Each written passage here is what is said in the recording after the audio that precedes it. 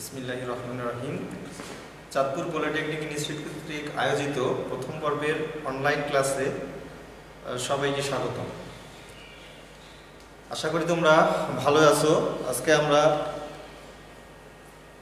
Electrical engineering fundamentals বিষয়টা হচ্ছে 66712 class নম্বর 1। আমরা দেখব ক্লাস নম্বর 11তে অধ্যায় হচ্ছে 6। এখানে আছে বৈদ্যুতিক পাওয়ার এবং এনার্জি সম্পর্কে ধারণা। বৈদ্যুতিক পাওয়ার এবং এনার্জি সম্পর্কে ধারণা। পাওয়ার এবং এনার্জি দুটো সম্পর্কে তোমরা জানো। এই পাঠ শেষে আমরা কি কি শিখব সেটা আগে দেখে নেই। বৈদ্যুতিক ক্ষমতা বা পাওয়ার,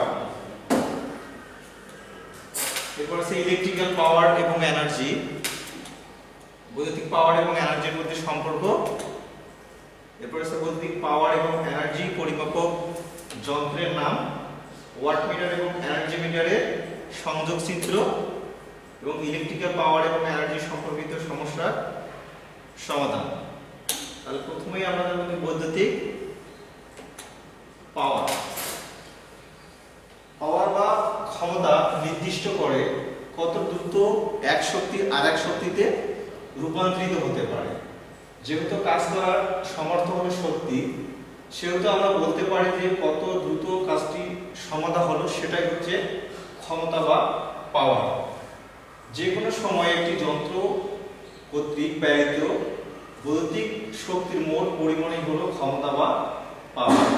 যখনই ভোল্টেজ কারেন্টকে প্রবাহিত হতে বাধ্য করে, তখন হচ্ছে এক স্থান থেকে অন্য স্থানে ইলেকট্রন প্রবাহিত হয়ে কাজ সমাধান করে।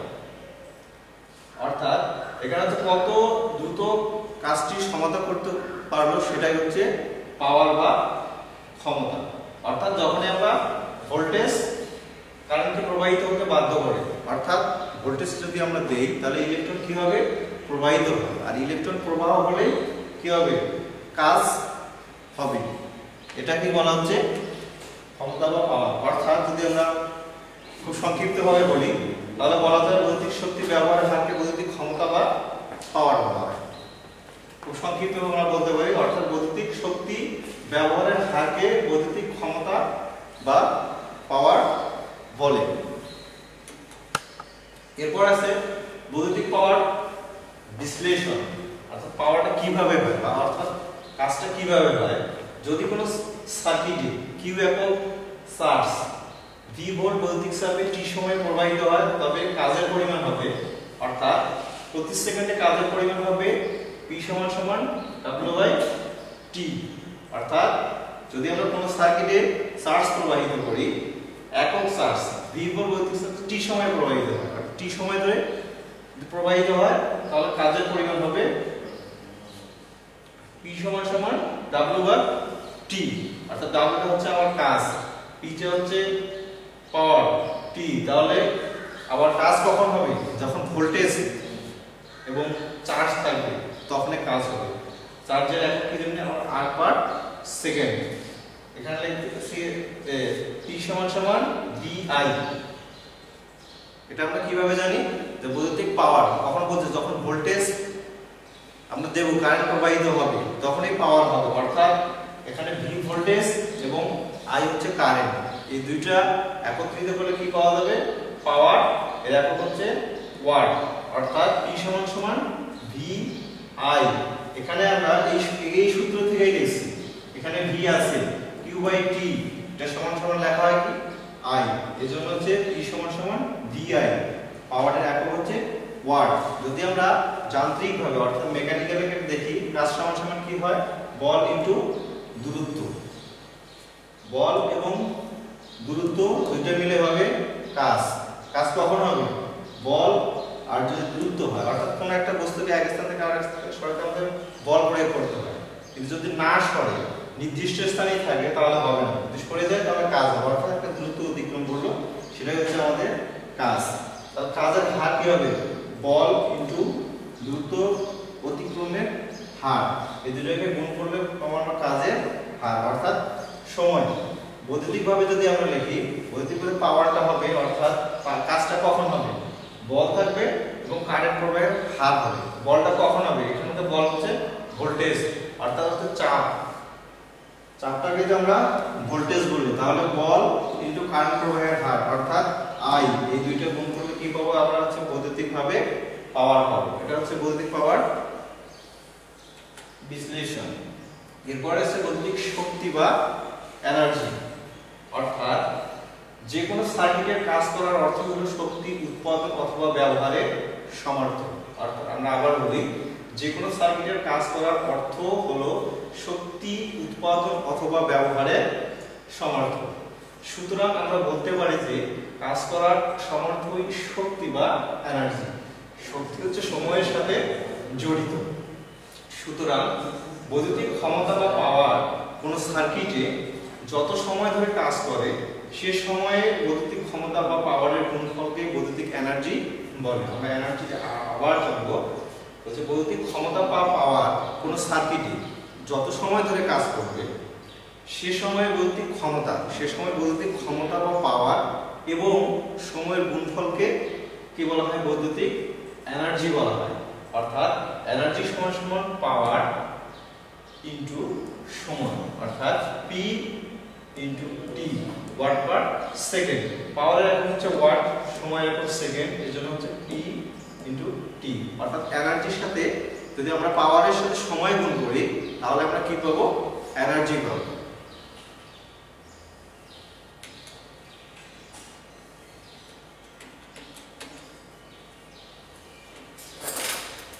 আমরা নেক্সট যেটা দেখতেছি ইলেকট্রিক্যাল পাওয়ার ও এনার্জির একক।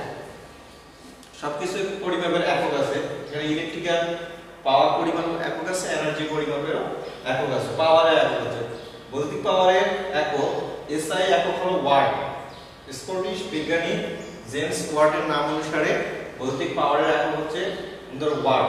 অর্থাৎ 1 ভোল্ট বিভব পার্থক্যে যদি 1 সেকেন্ডে 1 কুলম্ব চার্জ প্রবাহিত হয় তবে এটাকে 1 ওয়াটের সমান ধরা হয়।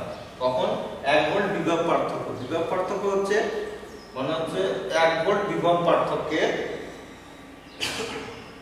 যদি 1 সেকেন্ডে 1 কুলম্ব চার্জ, মানে আমরা 1 ভোল্ট দিই, 1 ভোল্টের যদি বিভব পার্থক্য হয় সে সময় যদি 1 সেকেন্ড ধরে চলে এবং 1 কুলম্ব চার্জ প্রবাহিত হয় তবে এটাকে 1 ওয়াটের সমান ধরা হয়।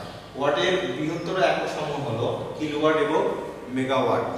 ওয়াটকে সব সময় কিলোওয়াট এবং মেগাওয়াট হচ্ছে বৃহত্তর একক। 1 কিলোওয়াট সমান সমান 1000 ওয়াট এবং 1 ওয়াট সমান 1 মেগাওয়াট সমান সমান আছে 10 টু দি পাওয়ার 6 ওয়াট। এখানে আরেকটা আছে এইচপি, 1 এইচপি সমান সমান 746 ওয়াট। আমরা বৈদ্যুতিক যে মোটরগুলো ব্যবহার করি সেগুলো সবগুলোর এককে থাকে এইচপি, মানে হর্স পাওয়ারে, মানে 1 এইচপি। অর্থাৎ একটা ঘোড়ার যে পরিমাণ পাওয়ার সেই পাওয়ারটা যদি আমরা ওয়াটে কনভার্ট করি তাহলে কত হবে? 746 ওয়াট। বৈদ্যুতিক মেশিনগুলোতে আমাদের সবসময় এইচপি দিয়ে দেওয়া থাকে। এরপর আছে এনার্জি একক। এনার্জি একক হচ্ছে কিলোওয়াট আওয়ার, কারণ এনার্জি হচ্ছে সময়ের সাথে সম্পর্কিত। আমরা আগে দেখেছি পাওয়ারকে যদি আমরা সময়ের সাথে গুণ করি তাহলে কি পাওয়া যায়? এনার্জি পাওয়া যায়। তাহলে এখানে পাওয়ারের একক কি? বৃহত্তর একক দেখলাম কিলোওয়াট। আরেকটা ছিল টি, মানে হচ্ছে সময়, এখানে হচ্ছে সেটাকে আওয়ার, কিলোওয়াট আওয়ার। আবার 1 কিলোওয়াট আওয়ার সমান সমান ধরা হয় কত? 1 ইউনিট, যেটা আমরা বিদ্যুৎ বিল তৈরি করার সময় আমাদের দরকার হয়। অর্থাৎ 1 কিলোওয়াট আওয়ার সমান সমান কত হবে? 1 ইউনিট। এটা আমরা আবার একটু ভালো করে জেনে নেই, আমাদের ম্যাথমেটিক্যাল সমস্যা সমাধান করতে দরকার হবে। অর্থাৎ পাওয়ারের একক আমাদের ওয়াট, বৃহত্তর একক হচ্ছে কিলোওয়াট অথবা মেগাওয়াট, দুইটা ব্যবহার করতে পারি। এরপর হচ্ছে 1 কিলোওয়াট সমান সমান আমাদের 1000 ওয়াট, 1 এইচপি সমান সমান 746 ওয়াট। এনার্জির একক হচ্ছে কিলোওয়াট আওয়ার। অর্থাৎ 1 কিলোওয়াট আওয়ার সমান সমান হবে কত? 1 ইউনিট। 1 কিলোওয়াট আওয়ার সমান সমান হবে 1 ইউনিট।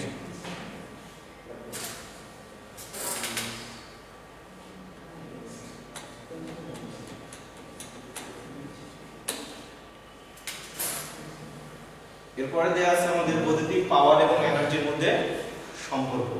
বৈদ্যুতিক পাওয়ার এবং এনার্জির মধ্যে সম্পর্ক। পাওয়ার না থাকলে কিন্তু এনার্জি হবে না, মানে একটা আরেকটার সঙ্গে ওতপ্রোতভাবে জড়িত।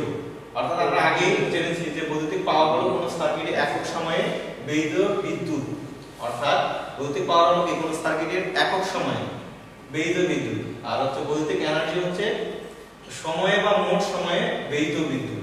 দুটোর মধ্যে একটু পার্থক্য আছে। এটা হচ্ছে বৈদ্যুতিক এনার্জিটা হবে কি মোট সময়ে ব্যয়িত বিদ্যুৎ, আর হচ্ছে বৈদ্যুতিক পাওয়ার হলো কোন সার্কিটে একক সময়ে ব্যয়িত বিদ্যুৎ। অর্থাৎ পাওয়ার সমান সমান আমরা কি জানি, ভোল্টেজ এবং কারেন্টকে যদি আমরা গুণ করি তাহলে কি পাবো, পাওয়ার। আর এনার্জি কি হবে, পাওয়ারকে যদি আমরা সময়ের সাথে গুণ করি তাহলে পাবো আমরা এনার্জি। অর্থাৎ সাথে যদি আমরা টি কে গুণ করি তাহলে আমরা পাবো কি এনার্জি পাবো। আর এনার্জির একক হচ্ছে ওয়াট আওয়ার।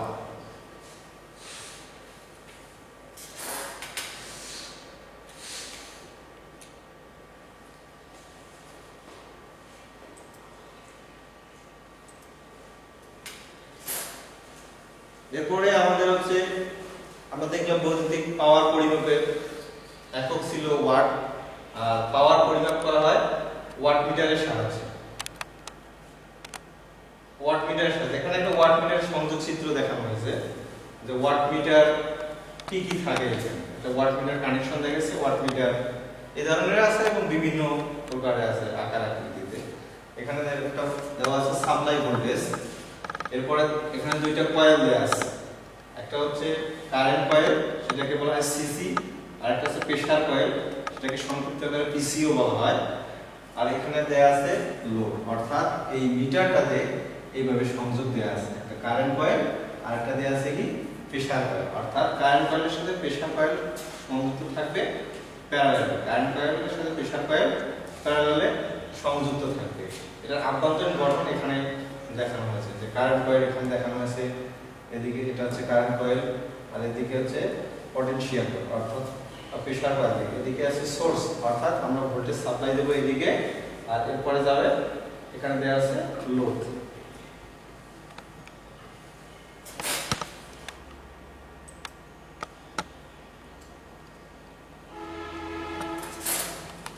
এরপরে আছে এনার্জি মিটারের সংযোগ।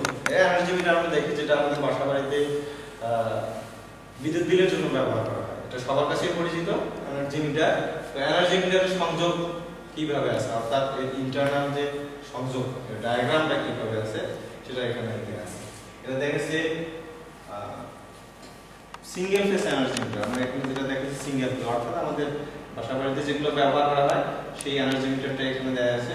এনার্জি মিটারের এও দুইটা কয়েল আছে, একটা হচ্ছে একটা ভোল্টেজ এলিমেন্ট আর একটা হচ্ছে কারেন্ট এলিমেন্ট। এদিকে দেয়া আছে সাপ্লাই ভোল্টেজ, এখানে আছে ফেজ এবং এখানে আছে নিউট্রাল আছে।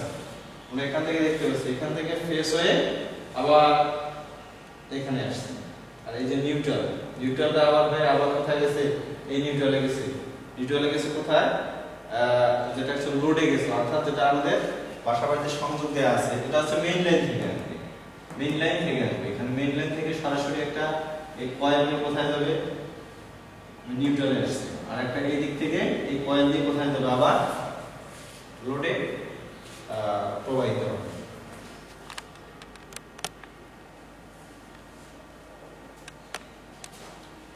আচ্ছা, এনার্জি মিটারের সংযোগ। তবে এনার্জি মিটার আমাদের বাসাবাড়ির বিদ্যুৎ বিল ব্যবহার করার জন্য এটা আমরা ব্যবহার করে থাকি। আজকে এই পর্যন্তই, আশা করি তোমরা বুঝতে পেরেছো। আর করোনা ভাইরাস কোভিড সম্পর্কে সবসময় সচেতন থাকবা, সামাজিক দূরত্ব মেনে চলবা, সবসময় মাস্ক পরিধান করবা। সবাই ভালো থাকবা, সুস্থ থাকবা, এই প্রত্যাশায় শেষ করছি। আসসালামু আলাইকুম।